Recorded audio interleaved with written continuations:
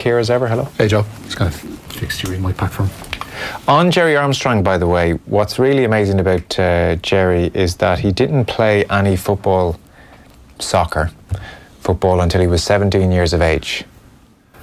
He was from I can't remember where I was watching this. It was possibly one of those documentaries on the split in Irish football, etc. But he was talking about how he was from a staunchly Catholic background growing up. His grandfather was a groundskeeper at Casement Park.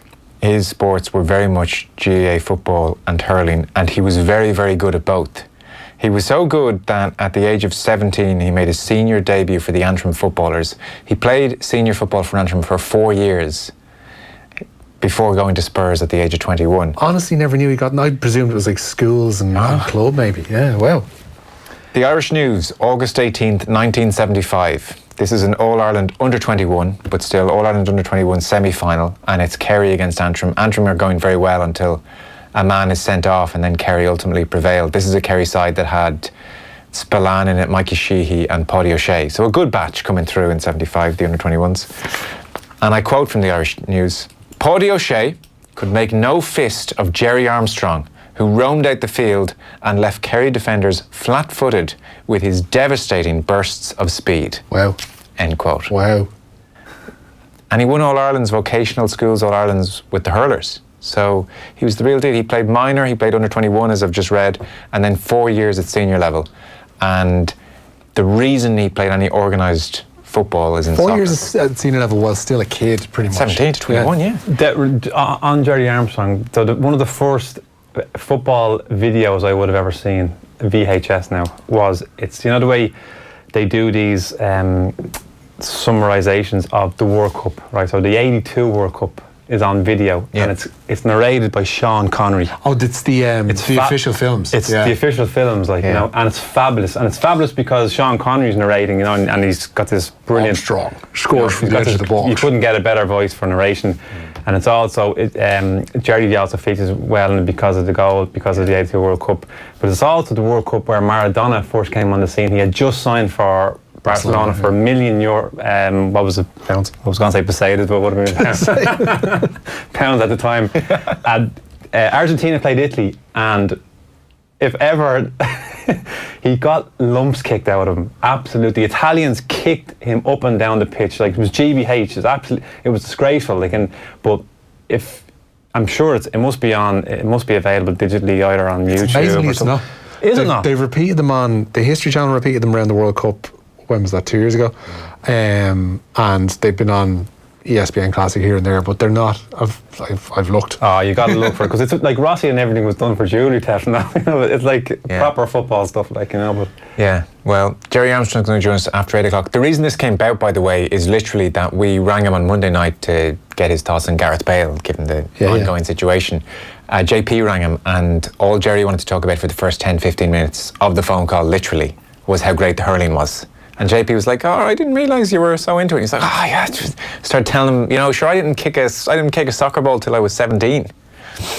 The only reason he started playing any kind of football, soccer, I don't know what to call it. I always just call it soccer and My dad used to call it, with a lot of disdain in his voice, that soccer football. Grand. Look, we played soccer and GA in my house, so I'll go with that for now. So the only reason he played any soccer is that he got into a fight, and he punched a lad in the mouth, and the GAA club St John's that he played with heard about it, and so they suspended him for a month. Right. You know, he was 16, 17. They were like, "You can't be doing that." So suspended for a month. And he was like, "Well, I got, you know," he played a bit of heads and volleys with his mates on the street, but he's like, I got to play a bit of, I got to do something. He probably would have made a good boxer as well, probably. Yeah. I mean, apparently he could do pedigree up in Belfast. Yeah. So he said, "I'll go and play a bit of soccer for the month." And lo and behold, he scored a raft of goals in his first game. Very quickly, Everton gave him a trial. He was like, "Not interested. Got this GAA thing, don't worry about it." And kept going, and right up until he went over to Spurs at 21 years of age, he was playing for Antrim. And it's an amazing story. So we'll talk to Gerry Armstrong. That's on the way after 8 o'clock. In the meantime, Stuie, the second half has just started over in Carabag. It's 1-0. Against Dundalk, 49 minutes on the clock. You've watched this first half for us. Oof, they've just gone close again, wide, still 1-0. Dundalk have been under the cosh, basically. The writing's been on the wall pretty much from the first minute, to be quite honest, Joe, because Carabag should have scored in the first minute, but for a wonderful save from Gary Rogers. They've had multiple opportunities in the first half. Looked very threatening from set pieces. The delivery is really, really quality. They buried one off the crossbar as well. So Dundalk haven't had much really to shout about, with the exception maybe of a Sean Hoare header from a corner. So they're really up against it. What I would say is, I'd say the first 20-25 minutes, they've been under pressure possession-wise. They've been kind of kept back, been pinned right in their own half. Since then, I think they've kind of gotten to grips with it a little bit, and they've kind of come out a bit and played. But there's definitely a quality gap, and I don't think we're seeing the same Dundalk that we might have seen a couple of years ago play at this level. Look a little bit shell-shocked after the early goal, which came in the 12th minute. But it was coming, to be quite honest with you, and difficult to see them scoring, to be quite honest. I think if they're going to score, Joe, it'll come off the back of maybe Carabag being a little bit switched off, because they're starting to kind of move people forward here at the moment. Zubair, the 17 down this left-hand side, along with the left full behind them, really venturing forward, and they leave gaps. Looking at Zubair on the ball at the moment, actually, but they leave gaps, and that might be the only opportunity. But they're really going to have to defend, because I think Carabag have had something in the region of 10 shots on goal so far. They've been asked to work defensively a lot, Dundalk, without the ball and in 30-degree heat over there in Baku as well, which can't be easy. It's a little bit cooler than what it actually has been for the previous 2 days as well, but if you're looking for little points of hope, you allude to the temperatures maybe dropping as we go into the second half. I think it's 30 degrees, but it's going to drop. I think Carabag are starting to smell themselves a little bit. The lad we're having a look at on the ball at the moment, Zubair, he's very erratic. He's like a Di Maria type player, and a really wiry kind of fella. He wanders all over the place, and he leaves gaps behind him. So that's an area of threat. I mean, the scoreboard is actually their greatest hope at the minute, Dundalk. When you look at that, they were 1-0 down for the vast duration of the first leg. They need to score anyway, so the fact that they're 1-0 down doesn't make a huge difference. They mentally, they have to kind of have it in their head that they have to try and go get a goal. This could, within 15 minutes, this could have been 3-4-0 to Carabag. It's not. They've got 40 minutes-ish to try and salvage a goal. Well, as you were just saying in the news, Rich, they were in the Europa League last year, Champions League before. Yeah. There is just a gap here. How far are Dundalk, Stuie, off their very best a couple of years ago these days? Do you know what? I even watching them recently, in the previous round in Europe, I think they're a little bit off it, I have to say. On the ball, without the ball, a bit of everything? Yeah, I think even in terms of last year, I thought they zipped it around a little bit quicker last year at times. There was times, last year where they were so dynamic, the pace of the game, 1 touch, 2 touch, very, very quick. I don't think they're at that level again this year. They made a couple of changes, obviously bringing Andy Boyle back, and he's slotted, he's playing tonight. They have a very strong squad, I have to say, but they lost Stephen Kenny, I guess, for starters. Yeah, and I don't know. I mean, you can't sort of, immediately look at Vinnie Perth and say, well, look, the reason they're not playing at the same tempo as they did last year is because of the coach change. That's very, very unfair. Having a look at Carabag breaking away now, this very dangerous 1v1 keeper. Checks back inside, good save from Gary Rogers. Here's this man Zubair. He's gone down looking for a penalty and the referee said no. The lack of somebody in midfield to dictate the tempo for Dundalk it's not been a major loss this year, but it strikes me that the lack of a Stevie O'Donnell in there, so do you know, something they could have done with. So Chris Shields is the guy that normally does this, and he's been absolutely fantastic and probably been the best midfielder along with Stevie O'Donnell in this league in the last 5 or 6 years. He's definitely not been at his best this year, not been as good as everyone knows he can be. Now, it's funny you should mention that O'Donnell has retired and gone into the backroom staff. Sometimes a player can take his eye off the ball when his immediate competition is not there. Do you get me? I know, and it's you're talking about fractions at this level, but it can have an effect on a player when that happens. And I just, when I'm talking about them not being at the level they've been at, I'm really talking about fractions. No, I know, I appreciate that. They know that themselves. I appreciate that. And sorry, just before we start the newsround with Richie, you used the phrase there, Carabag might be starting to smell themselves. What does that mean? Yeah, well, they're 1-0 up, like, you know, and these guys, they get, you know, any time you come up against these guys, they're cocky, like, you know. So as in, like, I smell good, check me out kind of way. The chest is coming out, like, you know, we're 1-0 up and they're probably getting the freedom, and you've got individual players starting to take a little bit of chance. Because when most of us smell ourselves, it's a halting moment of, oh dear. Ask Brian Kerr what it means, you know. It's usually through fear when you do that. It's like, oh Christ, is that me? Is that me? Yeah. So Brian Kerr, like they like smelling themselves line, did Yeah, he? they smell themselves, yeah. Oh, yeah. Okay, yeah. So When you smell yourself, you fancy yourself. You know, Love Island and all that. You watch that, don't you, Joe? no, well, look, most of us smell ourselves and don't like the smell, I'd say. After a long day's work, Stewie. If you're smelling yourself, you know you're in trouble. Yeah, you're checking something if you're smelling yourself. It's like a baby's nappy. Checking the smell, yeah. Don't start that talk again, Joe. Yeah, so we'll start our news round. Off the Ball brought to you by Avantcard, powered by MasterCard. Matt Williams on the way 7:30, talking rugby and cricket, I suppose. He's a big cricket fan. The Ashes starting tomorrow. We'll get his memories. And then we'll have Jerry Armstrong, GAA superstar, after 8 o'clock. John Meyler has made his decision. He has, and his decision is to go no further with the Cork hurlers. He stepped down after 2 years in charge of the Cork senior hurling side. Under his stewardship, Cork were crowned Munster champions last year, but lost to Tipperary and Clare in this year's Munster round robin. Meyler's final game in charge of Cork was a 227-318 loss to Kilkenny in the All-Ireland hurling quarter-finals.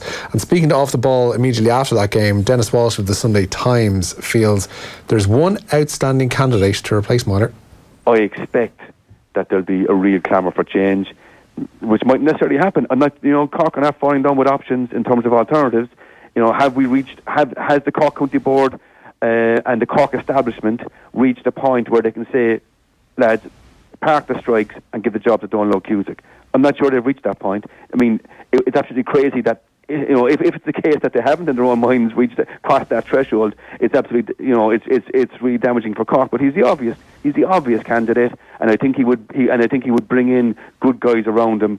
And I really think it is now, you know, with so many of the old guard on the county board moving on, that it really is time to move on from the Cork strikes and give the job to a modern, progressive coach, someone like Donald Cusack, who can just bring real energy to the whole thing. Well, we'll see what happens. John Meyler did very well. He was always very good and came on the show. I thought always very impressive fella, and did win a Munster last year. And that defeat to Kilkenny is aging reasonably well as the season goes on. They've had a really mad year. Like, they beat Kilkenny in the first round of the league. They lost 4 games after that and then got by Waterford in the relegation playoff.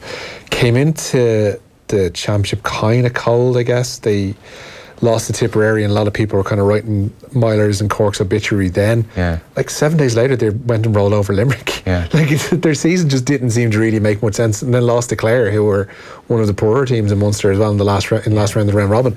Like, it's a madhouse, and it seems like it just might need some semblance of organisation. Yeah. They're not far away. More Cork hurling for us. Yeah, Christopher Joyce is facing at least 9 months out of action. The Piercing man has suffered a cruciate ligament injury while playing for his club, and it's his second such injury in 4 years. He endured 11 months out of action to Joyce after suffering a similar injury to his other knee back in 2015. The Women's World Cup in 2023 has been expanded in the past couple of hours from 24 teams to 32. The FIFA Council has unanimously agreed to the expansion of the tournament. FIFA President Gianni Infantino puts the decision down to the astounding success of this summer's World Cup in France. Infantino claims dozens of member nations will now foster hopes of qualification.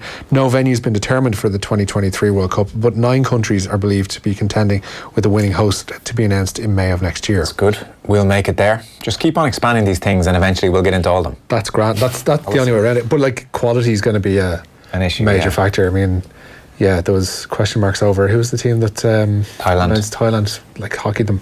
Like that, there's going to be more of them. Yeah. I remember in the first couple of expanded World Cups, I think 98 they ended up having like a decent one. I think Jamaica were by a distance the worst side in it. Yeah. But then you had like your Saudi Arabias in 2002 that were getting beaten out the gate by Germany. Well, you know, that was our favourite match. It was, yeah. That was our finest hour. But like their Germany game wasn't their finest hour. The Tunisia and 8-0, wasn't it? Yeah, have been on the receiving end of some thumpings since then as well. So like, quality wise is going to be a major question mark from that point onwards. I think 24 was a nice little number for them. Yeah, Yeah, I think it's a fair point, isn't it?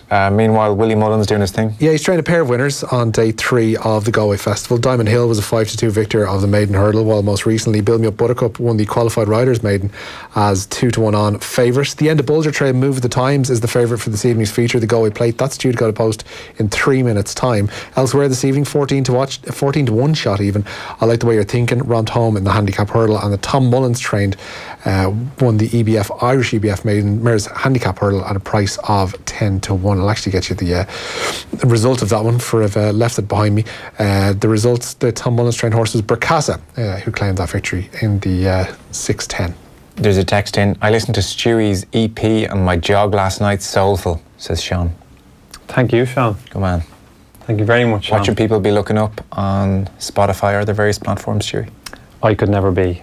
I Could Never Be. That's the name of the EP, yeah. I Could Never Be, everyone. Check it out. By Stewart. How much money do you get from Spotify per listen?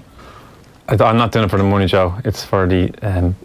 I might manage you for the money, though. What are we talking? You wouldn't be doing that on Spotify for the money. What does Spotify give for money? Hittens. There's somebody, there was a... 0.0007. It's shocking what Spotify pay. Per listen? It's shocking. Like there's somebody, an independent, I think they might have been a country artist, but either way, a singer-songwriter kind of person put up what they'd earned from Spotify from 11 albums I think they'd had on there, and whatever number of plays those had gotten in the past 12 months. It was, I think they got 20 cent. Okay. Don't rely on Spotify. Streaming is not the way forward for like artists. if you get 50 million streams, 50 million listens, that must net you a few quid. Come on. Yeah, but you'd have to get 50 million. And to get 50 million, you would have to, you have to have a machine behind you. It has to be Bieber. Okay. It has to be Cardi B. So people, People you don't know. Music people out there need to fight back against this, all right? Okay. The dilution of the music. Well, you're playing into their hands by going on Spotify. You should have put It's it only on up. Spotify because it's on everything else. Don't worry, it'll be in plenty of other places. It's It's going to be on vinyl soon. People can buy it. What's it called again? I Could Never Be. I Could Never Be. It's the name of the EP, and the album is going to be called Maybe Not Today, coming out in a couple of months. You've got an album. You kept that quiet. I told everyone I wrote an album. No, you said you had the EP ready to go. The EP is ready to go. The album is as good as ready to go. Yeah, it's just good man. Because I know we can treat everything as a joke in here, but I know you're very serious about this. I'm very serious. You're proud of it. No, good on you. I'm very proud of it. No, Rightly so. Dead right. It's brilliant. Everybody, to do. sport people write books. Half of them are garbage. Yeah. I wrote an album. Well, most people don't finish the book, and I'd say most people don't finish the album. So good on you. You've got to come in when you're having some kind of release date, and we'll do something around it. Well, watch this space. Yeah, good man. Read Jerry Armstrong. The Irish News may have been slightly biased, being a Belfast newspaper. Great quote all the same. It is a hell of a quote. Paddy O'Shea, see, it ages very well. It absolutely does. This was under 21 level. Paddy O'Shea could make no fist of Jerry Armstrong, who roamed out the field and left Kerry defenders flat-footed with his devastating bursts of speed. That said, they didn't know what Paddy O'Shea at that stage would go on to become. No. So, it's fine. 62 minutes on the clock. Carabag 1, Dundalk 0. That's 2-1 to Carabag on aggregate. Dundalk's still in here with a fighter's chance. They have the ball now, but it's the first time they've really had the ball in 5-10 minutes. Carabag look very good, to be fair. Where are we going next, Richie? Morgie, Patrick McBurtry is a doubt for Donegal in their final Super 8 game against Mayo this weekend. The Kilcar clubman is believed to have a hamstring issue. Donegal need at least a draw in Castlebar on Saturday night to make it to the semi-finals, while Mayo need a win. Donegal had a semi-final place within their grasp last year before losing to Tyrone in their final Super 8 match. And Declan Bonner tells Highland Radio that lessons have been learned from a year ago. Listen, that was disappointing. It was disappointing way to end the season.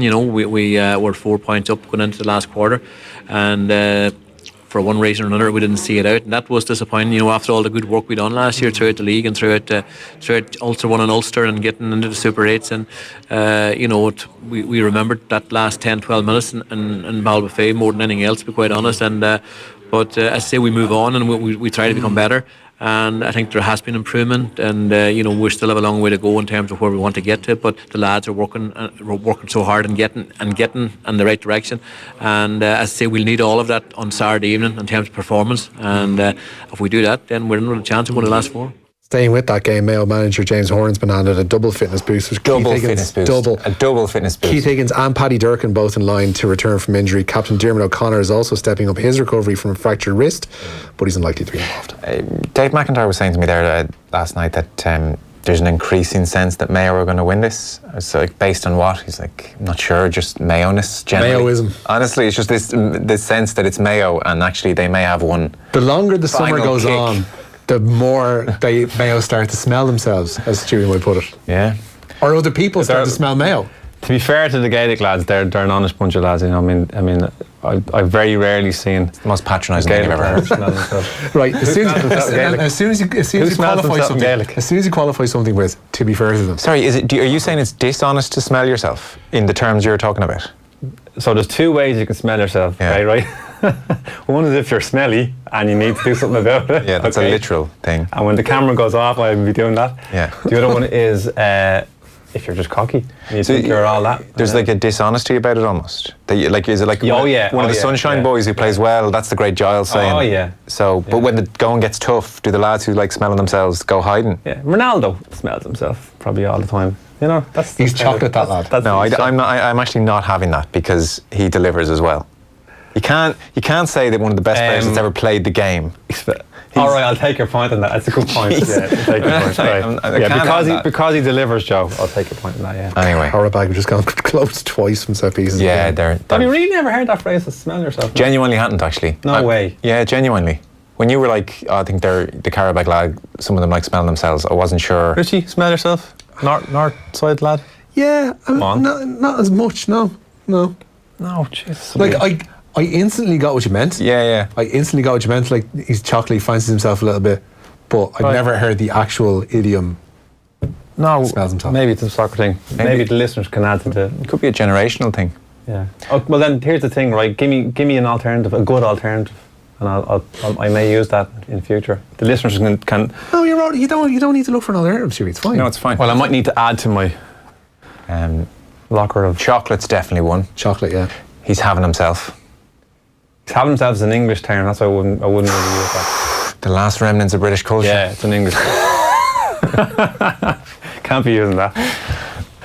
Having himself chocolate. And I've also noticed that I'm not having that. It's starting to come into our lingo as well, and that's an English term. I'm not having it. That's Queevy and We're all Kilban's watching about British TV. It's Kevin, is it? Where is he, by the way? Just finally, Graham Burke, Rich. Yeah, he has returned to Shamrock Rovers on a 12-month loan from Preston. The Republic of Ireland international failed to make much impact at the Championship side following his move from Rovers a year ago, and he was loaned out to Gillingham for the second half of last season. Burke is unavailable for the Hoops Europa League qualifier second leg away to Apollon Limassol, which is tomorrow night. Dillian White's promoter has hit out at the WBC. That's after the suspended heavyweight boxer. They launched an investigation into an adverse finding in a drugs test prior to his recent bout against Oscar Rivas. Hearn is adamant that White was cleared to fight by both UCAD and the British Boxing Board of Control. Okay, Stuie's going to stay here and watch this match until hopefully not its inevitable conclusion, but it's looking that way. Carabag 1-0 up on the night, about 25 minutes to go. By the way, keep an ear out tomorrow. Big show. They're recording it tonight in Killarney at Dr. Croak's. Kieran Donaghy, Darren O'Sullivan, Pat O'Shea, Sean Boylan, Nathan down there, Margaret Lawler as well, all with thanks to Super Value. And next week, if you're interested, we're going to be over in Achill on the 7th of August, next Wednesday. Nathan once again there with Kevin Kilban, Lee McHale, Willie Joe Padden, Damien Comer and more. And an exclusive off-air event. Oh! Little flick from Hooban, it looks like, and the referee had to scramble. Probably the best spell in the game for Dundalk. Yeah, working the ball left and right. Sean Gannon breaks down the right, just sends one across the box. And you know that? Remember Lee Sharp against Barcelona? I was just going to say, Stuie, it's always going to be a Lee Sharp for me. A little back heel, Lee Sharp, Barcelona type. Little back heel was a wonderful effort from Hooban. Yeah. Just not enough patience to put it over the line. It's trickling over the line, keeper gets there. Anyway, sorry, I'll continue. Damien Comer and more names to be announced. This is the Achill show. It's an off-air event. The only way to enjoy it, to be there on the night. Tickets are free.